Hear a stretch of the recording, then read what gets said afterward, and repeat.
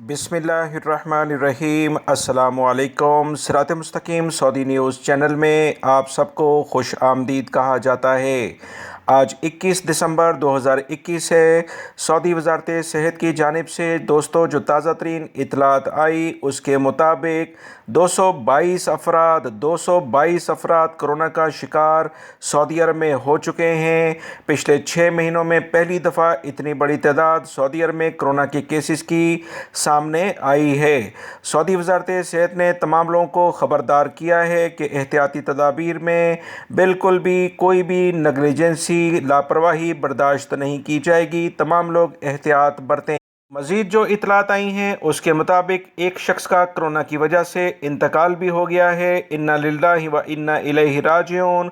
जबकि 28 अफराद की हालत काफ़ी ज़्यादा ख़राब है। इनके लिए खुसूसी तौर पर दुआ की जाए।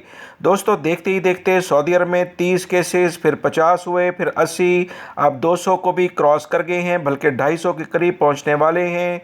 तमाम लोग एहतियाती तदाबीर पर अमल करें। कोरोना से बचने का सबसे बेहतरीन तरीका एहतियाती तदाबीर है। वीडियो लाइक करके शेयर भी कीजिएगा। अस्सलामु अलैकुम।